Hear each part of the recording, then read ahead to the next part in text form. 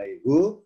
Haknya doma adalah di surat Al-Fatah ayat 10. Ini kita bahas apa hikmahnya Allah bedakan penulisannya, biasanya alaihi, tapi di ayat ini berbunyi alaihu. Akan kita ungkap hikmah di balik lafaz alaihu yang terdapat di surat Al-Fatah ayat 10.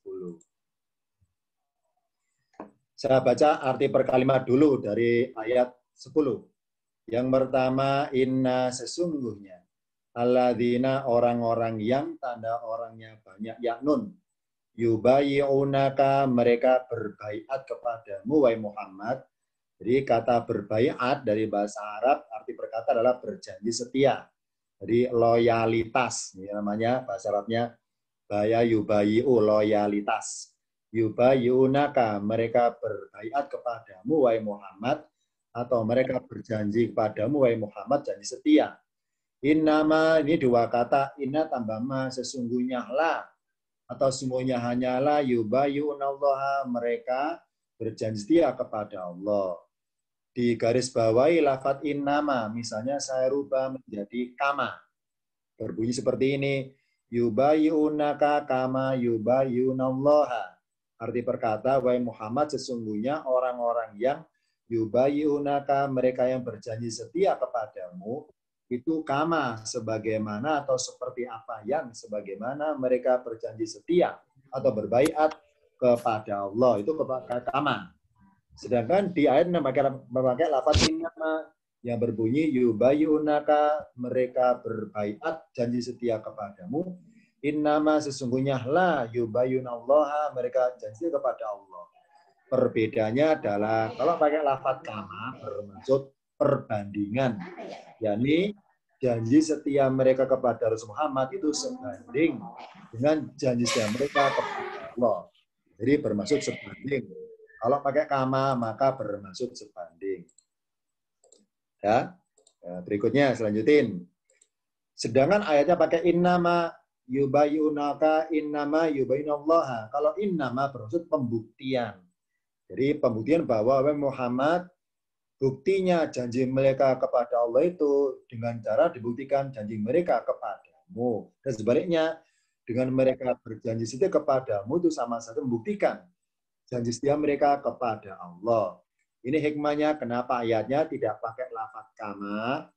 Innalladzina yubayyunaka kama yubayyunallaha. Tapi pakai lafaz innama.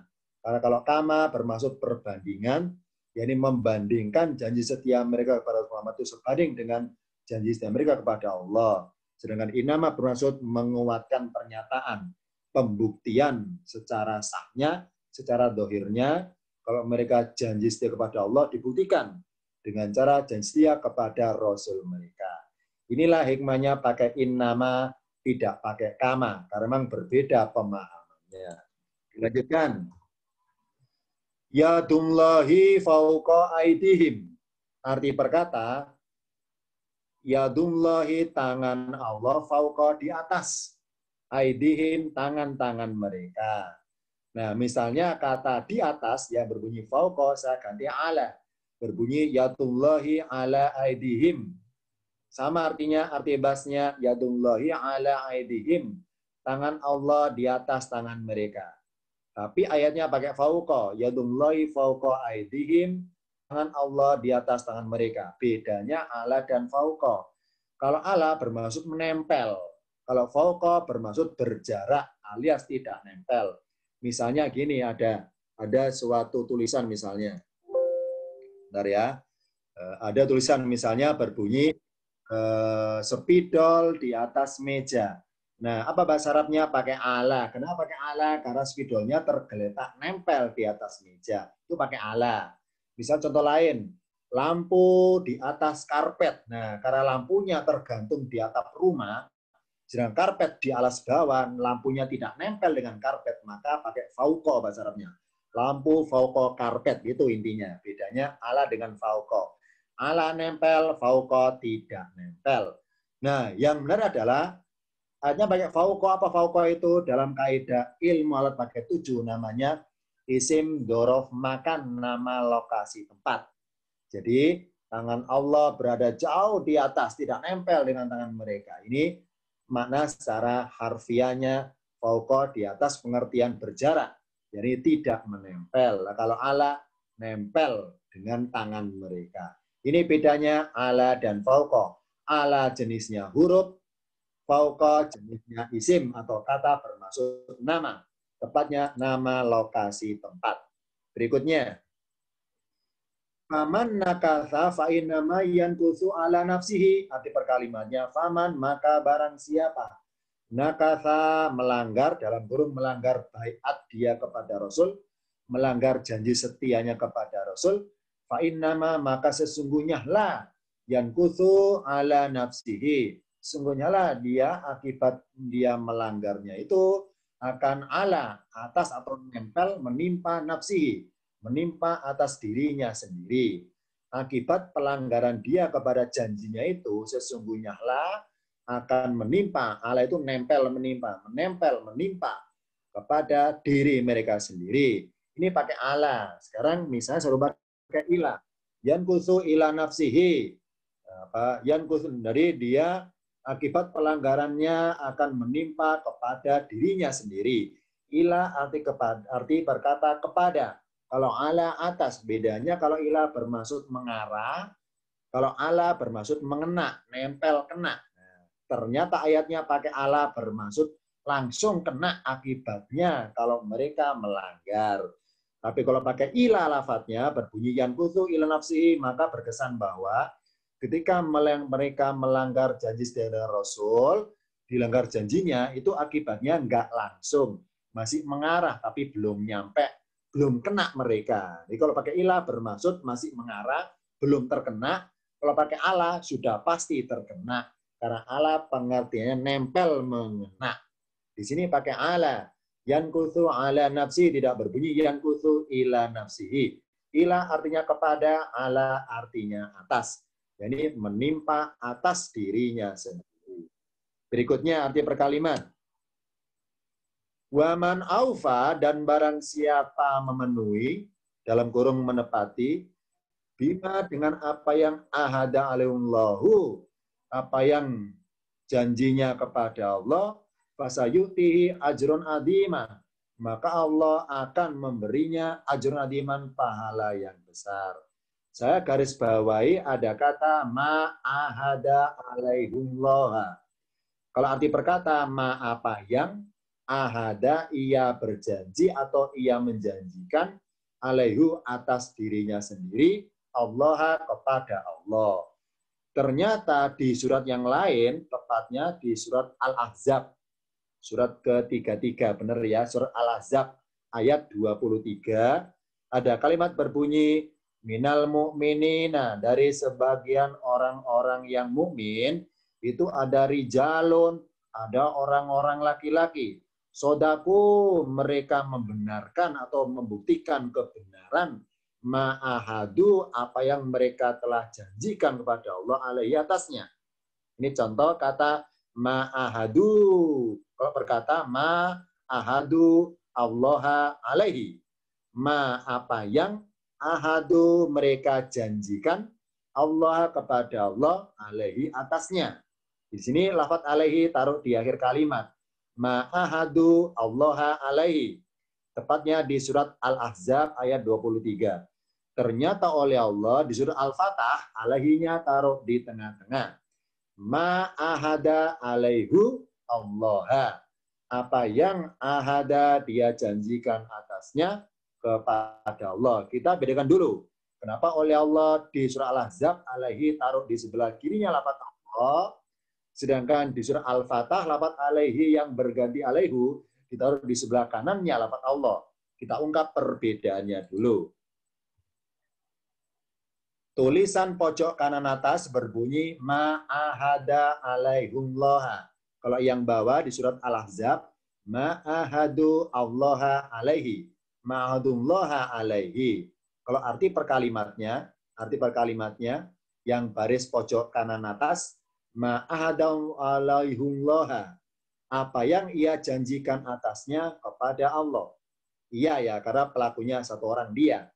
Nah kalau baris kedua, ma'ahadu Allah alaihi, apa yang mereka janjikan kepada Allah atasnya. Ini perbedaan letak. atasnya ini taruh di akhir kalimat. Kalau yang surah Al-Fatah, kata atasnya taruh di tengah kalimat. Mari kita bayangkan kalimatnya tidak bertanda baca. Tidak berharokat untuk mengungkap kenapa alaihi diakhirkan, kenapa alaihi tidak diakhirkan. Kita ungkap dari tulisan Arab gundulnya atau ayat tanpa harokat. Misalnya kita lihat di layarnya yang sebelah kanan. Ini, yang sebelah ini. Ma, kemudian ahada, kemudian alaihi, terus Allahu atau Allah. Nah, ini banyak kemungkinan. Berikutnya bapaknya. Ma, ahada, bisa Allah, bisa Allahu, alaihi. Karena lafadznya gurun karena harokatnya. Sekarang sebelah kiri.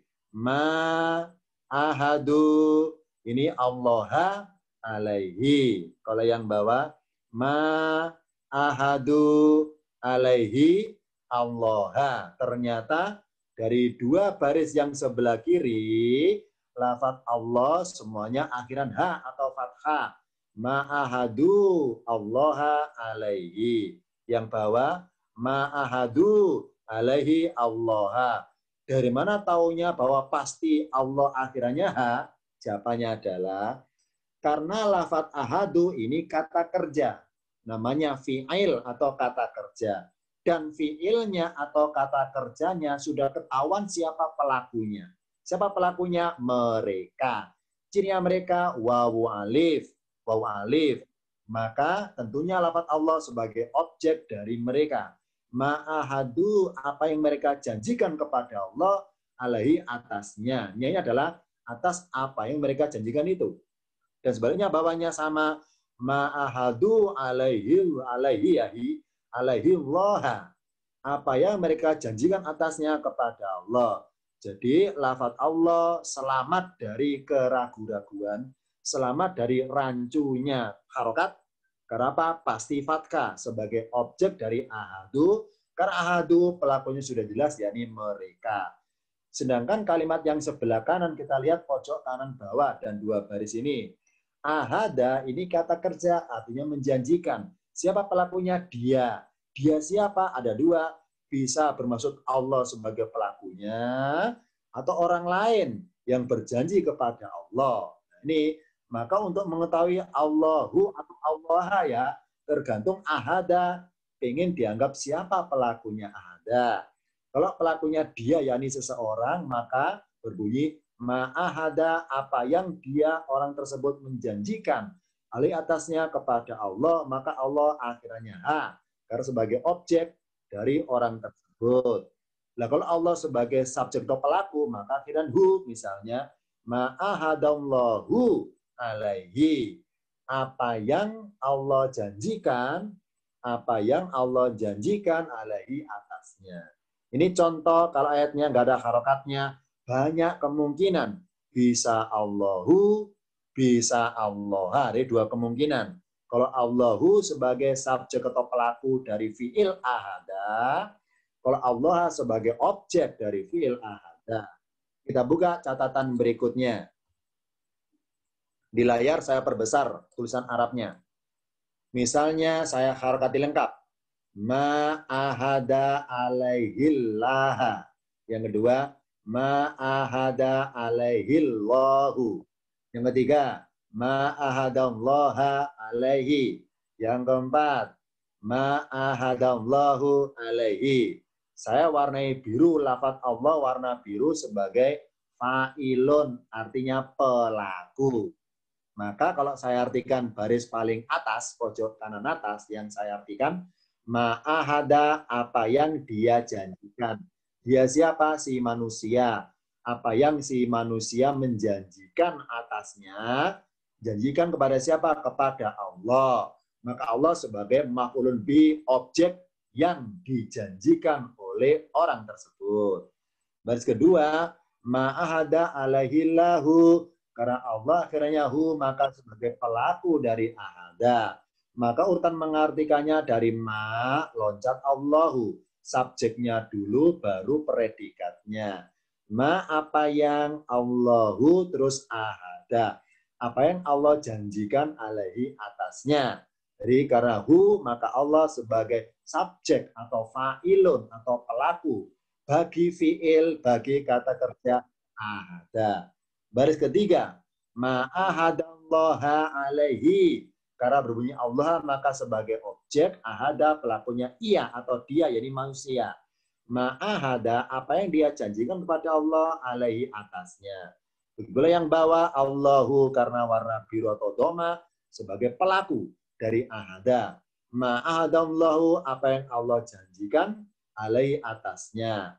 Sekarang kita bahas kenapa alaihi didahulukan dari Allah, dari lafaz Allah maksudnya, sedangkan di dua baris bawah ini alaihi diakhirkan. Yang dua baris atas alaihi didahulukan dari Allah. Bedanya apa? Alaihi didahulukan dengan diakhirkan, jawabannya pada tampilan berikutnya. Tulisannya misalnya berbunyi ma'ahada alaihillah. Jika ini kaidahnya. Jika lafaz alaihi sebagai kata sandang, apa kata bantu atau kata sandang yang letaknya berdekatan dengan fiilnya. Contoh di sini, dari fiil atau kata kerja berbunyi ahada, langsung nyambung kata sandangnya. Ahada alaihi. Jika lafaz alaihi sebagai kata sandang ini letaknya berdekatan dengan fiilnya, maka bermaksud apa? Menyandarkan janjinya kepada fiilnya sendiri. Menyandarkan janjinya, apa yang kan janji? Apa yang dijanjikannya kepada perbuatannya sendiri. Misalnya gini ucapannya, ya Allah, aku berjanji apabila Rasul butuh bantuanku, niscaya aku setia kepada beliau. Ini kalau lafaz alaihi letaknya didekatkan dengan fiilnya. Kata sandangnya, kata bantunya, tulisannya didekatkan dengan kata kerjanya, maka bermaksud orang itu berjanji, yakni menyandarkan janjinya kepada perbuatannya. Apa janjinya? Ini bilang, ya Allah, aku berjanji akan berbuat setia kepada Rasul kalau Rasul butuh bantuanku. Gitu maksudnya. Jadi menyandarkan janjinya kepada perbuatannya sendiri. Ya Allah, aku berjanji apabila Rasul, ini bicara mengenai konteks perjanjian ya di ayatnya.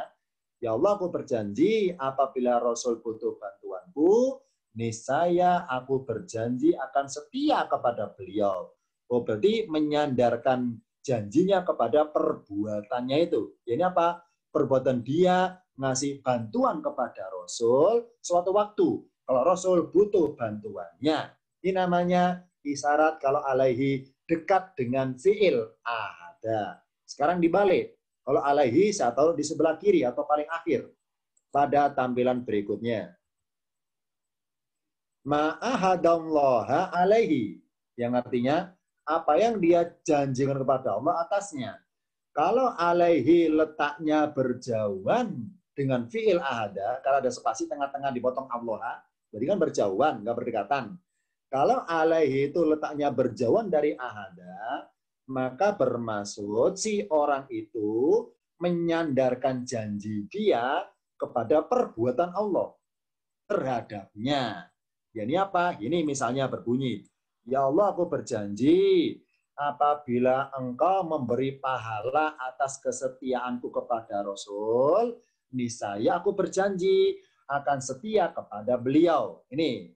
Jadi kalau alaihi taruh di akhir itu orientasinya adalah kesannya dalam tanda kutip bersedia janji ikut Rasul, tapi dengan syarat Allah harus berjanji ngasih pahala, ngasih apresiasi kepada orang itu dengan jasa dia ikut setia kepada Rasul. Atau gini kasarnya misalnya aku, ya Allah, aku bersedia berjanji akan setia kepada Rasul. Asalkan engkau juga berjanji kepadaku, ya Allah, engkau berjanji akan memberikan pahala kepadaku atas jeripayahku setia kepada Rasul. Ini kalau alaihi taruh setelah lafaz Allah. Berarti apa? Setelah mereka berjanji atau gini, janji mereka disandarkan kepada Allah, asalkan Allah juga menyandarkan janjinya kepadanya. Ini contohnya. Jadi saling bertukar janji.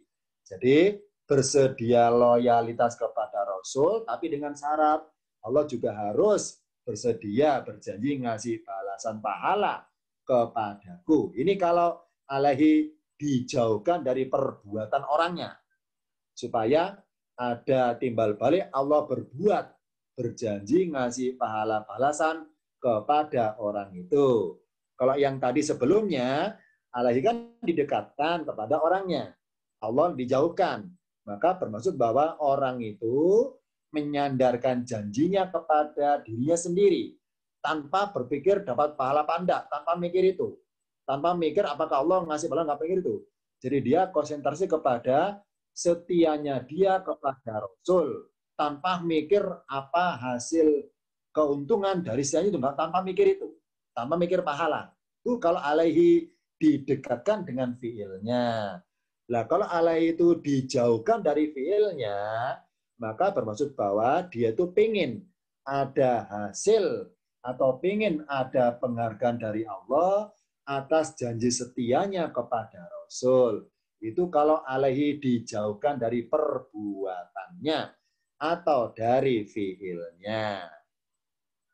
Nah, ternyata di ayat surat Al-Fatah 10 beda dengan surat Al-Ahzab 23. Apa bedanya? Beda susun lafaz alaihinya. Kita anggap alaihi dulu ya. Alaihi dulu. Di sini alaihi didekatkan dengan ahada. Sedangkan di surat Al-Ahzab alaihi dijauhkan dari ahadu. Dari ahadu dijauhkan ini, dijauhkan. Nah, ini memang ada hikmahnya, Allah bedakan. Kenapa di Al-Ahzab Allah jauhkan alaihi dari ahadu. Sedangkan di surat Al-Fatah alaihi atau alaihi dijadikan dengan ahada. Hikmahnya adalah di surat Al-Ahzab ini konteks ayatnya temanya membicarakan tentang ada orang-orang laki-laki dari sebagian orang mukmin itu orang itu setia. Setia apa setia itu? Setia membenarkan atau setia membuktikan kebenaran janjinya kepada Allah, ya, sambil juga setia menunggu janji Allah kepadanya. Kapan ngasih balasannya, menunggu. Makanya berbunyi di sini, faminhum man yantadiru wa ma badalu tabdilan. Faminhum man qada nahbahu. Dan sebagian mereka ada udah meninggal. Jadi nunggu janji Allah ngasih pahala itu belum keturutan sampai meninggal. Ada juga yang belum meninggal masih setia, yang tadi nunggu terus dan ma badalahu. Tidaklah mereka berubah mengganti janjinya dengan tabdilan, dengan perubahan apapun. Jadi setia menunggu balasan dari Allah atas janji dia kepada Allah. Inilah alaihi diakhirkan berus bahwa Allah juga berjanji ngasih mereka pahala. Nah, sekarang adalah mereka bersedia nggak yang tadiru, nunggu lama jawabannya Allah. Kalau bersedia, maka itu tandanya rasa kesetiaannya. Sedangkan yang ayat atas, Al-Fatah, oleh Allah alaihi, itu didekatkan dengan ahada. Didekatkan. Kenapa? Karena ini pernyataan sikap. Jamak usul itu. Jadi mereka pengen langsung terbuktikan. Pengen nggak nanti, pengen sekarang langsung aja, langsung merasakan balasan dari Allah. Makanya kata fasayuk, apa satu akan, ini segera. Ingat bahwa ada dua kata artinya akan di Al-Quran. Yang pertama berbunyi sa, yang kedua berbunyi saufa. Misalnya kala saufa ta'lamun, cuma kala saufa, apa saufa itu kelak atau akan, ini di akhir waktu. Kalau sa berarti dalam waktu dekat, maka segera. Fasayuk tihi, maka dia siapa? Allah, dia akan segera memberikan kepadanya ajrun adiman, pahala yang besar. Jadi ini hikmahnya lafaz alaihi atau kata sandangnya ahada didekatkan supaya konsentrasi mereka setia kepada Rasul itu tanpa mereka pikirkan, otomatis Allah akan memberi mereka pahala. Pahala ini otomatis ini. Kenapa? Karena alaihi didekatkan dengan ahada. Dari tulisan normalnya alaihi, ma'ahada alaihi laha, oleh Allah, di ayat ini alaihi ternyata dirubah menjadi alaihu. Sekarang kita ungkap. Pada materi ilmu alat pakai 7. Ini yang ada di sini yang merasa tingkatan belajar paket 7, Iqrobul Quran, insya Allah sudah tahu ilmunya. Ya, ini dalam bab Iqrob tentang istilah fi mahalli, artinya di dalam keadaan. Ya, ini apa? Bahwa huruf jar, huruf itu kata bantu, jar itu kata menyeret jatuh. Menyeret jatuh dari harokat di atas huruf, diseret jatuh menjadi kasroh. Allahu jadi Allahi. An-nasu jadi an-nasi. Itu namanya berubahnya kasroh karena diseret oleh huruf jar didahului. Karena secara bahasa jar itu menyeret jatuh. Jar, membiarkan jatuh. Ya, ini huruf yang bisa merubah kata berikutnya atau isim berikutnya berubah dari doma menjadi kasroh. Ini kaidah umum. Ternyata tidak semua kata bisa dirubah menjadi kasroh oleh huruf jar, enggak semuanya. Alias kasarnya, kesaktiannya huruf jar itu tidak selamanya mampu mengkasrohkan kata berikutnya. Jadi kesaktian terbatas, amalannya terbatas. Tidak semua kata bisa dikasrohkan oleh dia. Terbukti ada beberapa kata yang tetap akhirannya fathah akhirannya, padahal didahului huruf jar. Bahkan tetap doma akhirannya, padahal didahului huruf jar. Contohnya pada tampilan berikutnya. Nih, minhu, anhu, minalladina, anilladina, alaihi, alaihu. Ini contohnya. Minhu, tidak minhi. Anhu, tidak anhi. Minalladina, tidak minalladini. Anilladina, tidak anilladini. Alaihi, ini yang umum. Tapi sekarang ketemu alaihu, haknya doma. Nah, kenapa kok doma? Jawabannya karena dalam sifat-sifat tanda baca atau sifat-sifat harokat itu kalau dibanding-bandingkan diindeks secara kekuatan, harokat doma lebih kuat dibanding harokat kasro. Apa hikmahnya? Karena doma secara bahasa, doma artinya berkumpul. Doma berkumpul. Kasro terseret jatuh. Doma berkumpul. Makanya dalam kaidah ilmu tajwid, ketika ada huruf akhiran doma, maka dibaca dalam keadaan doma. Doma apanya? Maaf ya, bibir kita berkumpul di tengah. Makanya intonasi u, misalnya an-nasu, Allahu, al-kitabu. Nah, berbunyi u itulah diistilahkan doma. Apa doma? Berkumpulnya bibir ke tengah. Ke tengah. Ya. Sekarang kasro. Kalau secara kasro dalam kaidah bahasa bibir, kasro apa? Ya, ini menipis. Maka semua lafaz di Al-Quran kalau akhirnya kasro, maka dibaca intonasinya bibirnya menipis. Makanya intonasi hurufnya i. Misalnya an-nasi, al-kitabi, al-masjidi, Allahi. Ya. Kasro bermaksud menipis. Nah, kalau fathah, apa fathah? Fathah itu terbuka. Jadi mulut kita ketika mengucapkan lafaz itu yang kena fathah, terbuka lebar. Misalnya al-masjidah, lebar kan? Al-baita, al-kitabah. Jadi fathah bermaksud terbukanya bibir kita ketika melafadzkan. Abadoma, berkumpulnya bibir kita ketika melafadzkan. Ini dari segi gerak bibir ketika tajwid. Sekarang pemahaman makna. Doma apa doma? Berkumpul. Apa kasro? Terseret jatuh dalam kehinaan misalnya. Apa fathah? Terbuka. Nah, di sini contohnya misalnya minaladina. Kenapa enggak minaladini ya?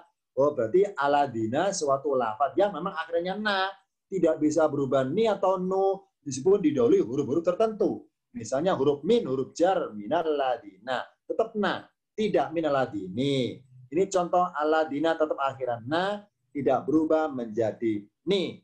Berarti harokat fathah kuat. Dia kuat. Tidak bisa digoyangkan. Dirubah oleh huruf jar min. Nanti saya contohkan dalam prakteknya. Sekarang kita buka berikutnya catatannya. Karena harokat doma adalah lebih kuat daripada kasro, maka dalam ayat tersebut, lafadz hu pakai hu atau doma bermaksud kepada sangat kuatnya. Ini hikmah di balik pemahaman ayatnya. sangat kuatnya 5 hal. 5 hal atau 5 poin yang terkandung dalam surat Al-Fatah ayat 10. Ada 5 hal. Ini saya garisi. Hal yang pertama adalah berbunyi innalladzina yubayyunaka. Ini yang pertama. Yang kedua adalah innama yubayyunallaha. Yang ketiga adalah yadullahi fauqa aydihim. Yang keempat adalah fainama yankuthu ala nafsihi. Yang kelima adalah fasayutihi ajron adiman. 5 hal dalam berbaiat dengan Rasul, 5 poin. Sekarang kita buka catatan masing-masing dari kelima hal tersebut. Maaf ya, agak kecil tulisan Arabnya saya baca. Hal yang pertama adalah innalladzina yubayyunaka. yakni kuatnya dan setia mereka kepada Rasul karena pakai inna. Inna huruf taukid menguatkan pernyataan sesungguhnya. Wahai Muhammad, sesungguhnya orang-orang yang berbaiat kepadamu, berjanji kepadamu itu orangnya sungguh-sungguh, itu serius. Kenapa? Karena pakai inna. Berarti menguatkan kuatnya janji setia mereka, loyalitas kepada Rasul Muhammad. Yang kedua, innama yubayyunallaha. Yubayyunallaha. Ya, ini hakikatnya, meskipun mereka itu secara kasat mata berjanji kepada Rasul, hakikatnya janji mereka mengarah kepada Allah cuma lewat media tangan Rasul. Media bersalaman dengan Rasul, hakikatnya kepada Allah. Berarti mereka nggak memainkan janji itu. Ibaratnya itu janji atas nama dinas. Apa dinas? Ya, ini dari kaum atau umat kepada Rasulnya. Bukan nama pribadi atau nama sahabat, bukan, tapi kepada dinas. yakni antara kaum atau umat kepada yang membimbing atau yang mengayomi atau yang mengarahkan, namanya seorang Rasul. Jadi janji setia atas nama dinas, ibaratnya dalam formal kita ibaratnya perjanjian yang bermaterai gitu maksudnya. Dinas. Nomor 3, yadullahi fauqa aydihim. Tangan Allah jauh di atas tangan mereka. Maka jauh pakai fauqa karena nggak nempel. Nah, jadi ketika tangan mereka itu berjanji dengan Rasul, ya berjanji setia, hakikatnya mereka itu dalam keadaan dalam genggaman naungan tangan Allah di situ. Lewat gerak fisik Rasul genggam tangan mereka. Oh, berarti tangan Rasul atas nama dinas. Yakni apa? Bukan tangan biasa ini, atas nama ketuhanan. Rasul mewakili Allah dalam tanda kutip sebagai khalifah, membagi rahmatnya dengan berjabatan dengan umatnya lewat perjanjian tersebut. Ini kata fauqa aydihim. Yang keempat bobotnya adalah yang khusus nafsi. Kalau pelanggaran, beratnya akibat melanggar janji kepada Rasul.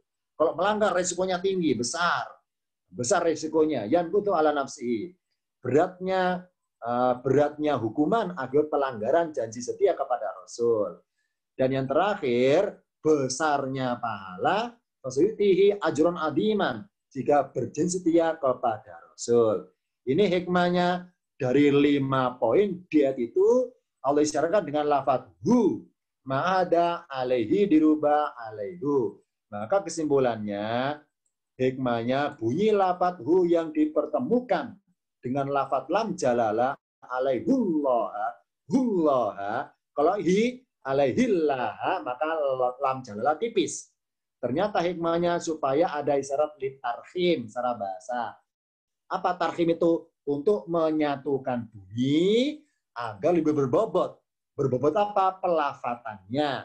Ketika membaca alaihu, secara filosofi bobotnya lafaz hu sama dengan bobotnya melafatkan lam jalalah, huruf lain yang di tengah lafaz Allah. Ma'ahada alaihullaha. Jadi pemantapan janji mereka kepada Allah. Pemantapannya, nilai bobot janjinya. Karena kalau berbunyi kasroh alaihillaha, ini konotasinya janjinya ringan. Bisa disepelekan, bisa dipermainkan. Kalau berbunyi alaihi, kenapa? Karena harokat kasroh bermaksud menyeret jatuh. Jadi tidak menghargai janjinya. Bisa dipermainkan janji dia kepada Allah. Berhubung pakai hu, doma apa? Doma itu berkumpul. Yakni dengan janji mereka kepada Rasul itu dalam satu tim berkumpul. Di hadapan Allah berjanji. Loyalitas kepada Allah lewat janji mereka kepada Rasul. Ini hikmahnya lafat alaihi yang umum alaihi. Di sini alaihu. Ternyata hikmahnya dengan lafat hu dirubah doma untuk litarhim dalam kaidah ilmu qiraat para qori, litarhim untuk menyatukan bobot bunyinya. Karena di Al-Qur'an dalam kaidah ilmunya para qori, ini silakan tanya kepada ahlinya qori, saya tahu ini lagu-lagunya karena saya nggak hafal lagunya. Ada berapa lagu Al-Qur'an yang boleh dirubah. Harusnya kasroh dirubah doma boleh. Harusnya doma dirubah kasroh boleh. Selama niat merubahnya bermaksud ini tadi litarhim atau bermaksud seni baca, boleh, tidak apa-apa. Misalnya saya contohkan lafadznya. Bentar, saya buka di layar. Misalnya ya, sekarang saya buka di layarnya. Saya tulis. Ini contoh lafadz yang dalam qiraat boleh dirubah bunyinya kalau bermaksud kepada litarhim maupun kepada seni baca. Misalnya, bentar ya, saya pilih dulu warna pulpennya biar jelas kelihatan nanti. Dah. Sekarang saya tulis. Misalnya ada kata berbunyi alaihim. Tulisannya alaihim dalam lagu tertentu, ini alaihim boleh diganti alaihum, itu boleh. Karena niatnya seorang qori merubah tanda baca bermaksud seni, bukan bermaksud merubah makna. Hakikatnya nggak berubah. Him artinya mereka, hum juga mereka. Ini contoh yang pertama. Contoh kedua, misalnya ada ayat berbunyi laqad kana fi rasulillahi ya, harusnya uswatun hasanah, dirubah iswatun hasanah boleh dirubah iswatun boleh, nggak harus ya boleh. Kenapa? Karena rasulillahi pertemuan sama-sama kasroh, rasulillahi nah ini dekat, ilahi iswatun hasanah boleh, nggak merubah arti boleh. Jadi contohnya litarhim menyatukan bunyi biar sama-sama bunyinya i. Rasulillahi iswatun boleh. Aslinya uswatun dirubah iswatun boleh. Bolehnya dalam lagu tertentu. Ini silakan tanya ahli para qori, lagu apa yang cocok untuk membunyikan uswatun dirubah iswatun. Silakan tanya ahlinya. Karena saya bukan qori, saya nggak tahu nama lagunya. Ini contoh. Jadi ada suatu lafaz Al-Qur'an yang harokatnya misalnya harusnya doma dirubah kasroh. Sama dengan tadi alaihi harusnya dirubah hu, boleh. Tentu ada alasannya. Misalnya dalam qiraat untuk menyatukan bunyi atau nilai bobot dalam pemahamannya. Contoh ayat tadi bermaksud bobotnya, hikmahnya bobotnya dalam perjanjian yang tercantum di dalam surat Al-Fatah ayat 10. Ini contoh dalam pengertiannya, suatu lafaz boleh dirubah tanda bacanya selama niat merubahnya tidak bermaksud merubah arti atau makna, tapi bermaksud seni baca. Sekarang dari singkat materi hari ini, silakan diklik speakernya masing-masing. Barangkali ada yang ingin ditanyakan dari materi kali ini. Silakan. Siapa duluan? Boleh bertanya. Dari materinya. Bentar ya. Dari tampilkan jelas. Sementara itu dulu singkat dari saya materinya tentang hikmahnya lafadz alaihi dirubah menjadi alaihu. Ada yang tanyakan materi kali ini silakan. Sementara satu saat ini boleh nih Pak Dadang Hermawan. Ini dari mana Pak ya? Silakan nanti kenalkan diri. Dari kota mana? Kali ini dari berbagai kota. Boleh silakan mau coba. Pak Dadang, boleh diklik speakernya. Silakan coba bertanya. Ini dalam layar kelihatan ya? Kok? Iya. Ya kan? Sudah Pak ya? Ya. Baik, Assalamualaikum warahmatullahi wabarakatuh. Dari mana Pak? Saya dari Bekasi, Jati Bening. Oh, Bekasi, silakan. Iya, baik. Terima kasih Pak Ustadz. Ada yang ingin saya tanyakan terkait dengan kata ala tadi. Ila dan ala. Ala yaitu kepada, tapi tadi dijelaskan nempel seperti halnya kalau pauko di atas tapi tidak harus menempel. Betul. Iya. Sekarang dalam kalimat adzan, Ustaz. Ya. Hayya 'alas shalah. Mohon penjelasan. Tadi kan ala kepada tapi nempel. Hayya 'alas shalah, mohon dijelaskan. Kemudian kadang-kadang kita mendengar dalam lafaz adzan itu alanya tidak ada, langsung hayya 'alas shalah. Apakah merubah arti? Yang kedua, demikian juga pada lafaz hayya 'alal falah. Yang aslinya hayya 'alal falah, tapi di dalam kenyataannya sering kita mendengar hayya 'alal falah.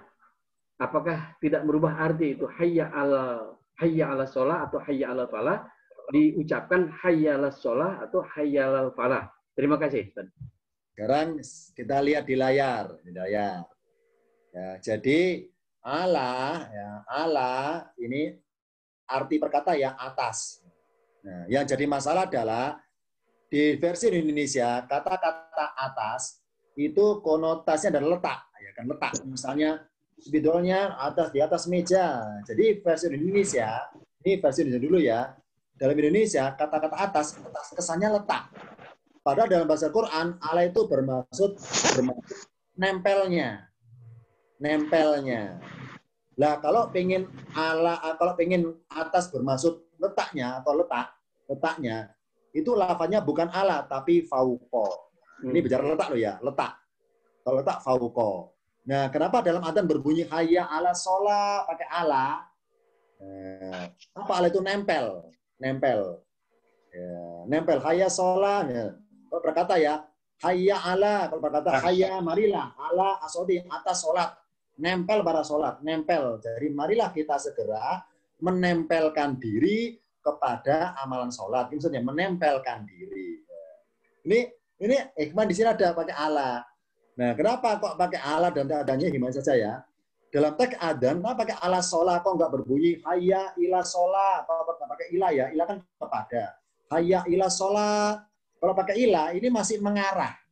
Masih mengarah, ibaratnya masih OTW, masih berjalan. Belum nyampe kepada sholatnya, belum nyampe, masih ilah.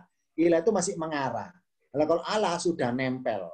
Jadi gini kasarnya, mari kita segera menempelkan diri kita atau menyandarkan diri kita kepada amalan sholat.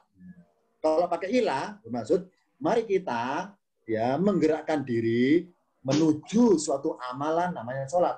Masih menuju, belum bicara nempel apa enggak, masih menuju. Nah, ini.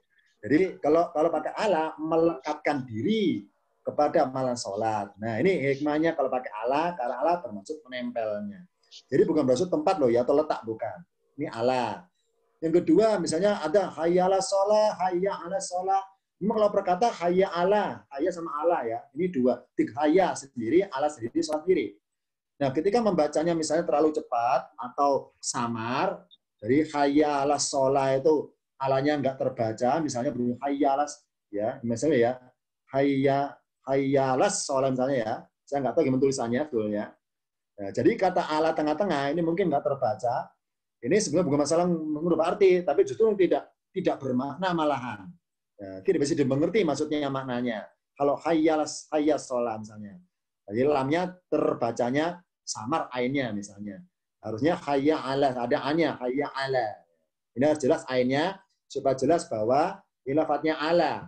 Kalau hayya 'alas shalah, nanti khawatir hayya terus la. Ya khawatir loh ya, kalau tulis hayya 'alas sholati. Marilah, kalau berkata ya, marilah tidak usah sholat, ini maksudnya kan ini la. Hayya 'alas sholati. Kalau la ya. Nah, supaya tidak dikhawatirkan, diduga atau diperkirakan bunyi la, maka lebih selamat membunyi ala itu ainnya jelas. Coba berbunyi ala.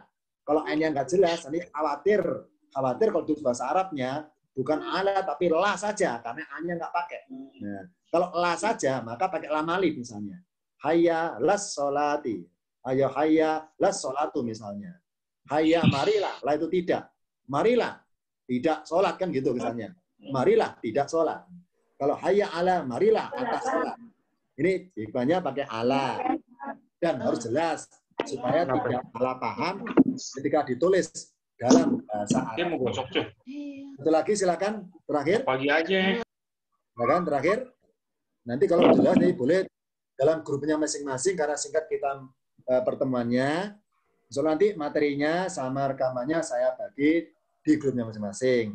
Dulu sementara hari ini kita ketemu lagi dalam kajian tematik di hari Kamis malam Jumat.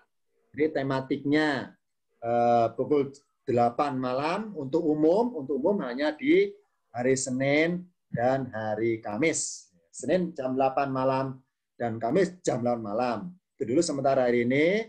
Terima kasih bisa hadir semua di sini karena banyak orangnya saya nggak bisa satu persatu, maaf. Intinya adalah terima kasih. Kita ketemu lagi pada mendatang di tema yang lain hari Kamis malam Jumat. Demikian dari saya. Mohon maaf, berkalam. Wassalamualaikum warahmatullahi wabarakatuh. Waalaikumsalam. Syukran Ustaz. Maaf bagi teman-teman yang mengikuti kajian belum mengisi nomor HP di grup chat, bisa menginfokan ke saya, Bapak Ibu. Waalaikumsalam. Terima kasih Ustaz. Sama-sama. Terima kasih.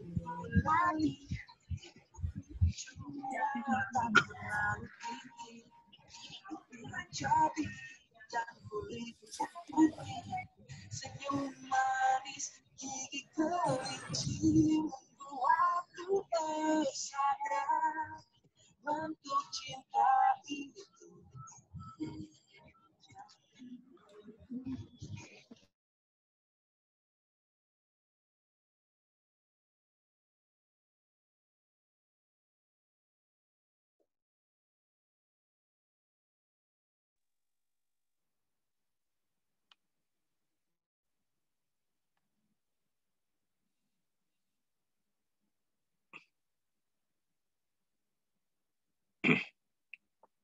Apaan Ustadz Adam? Di T ya.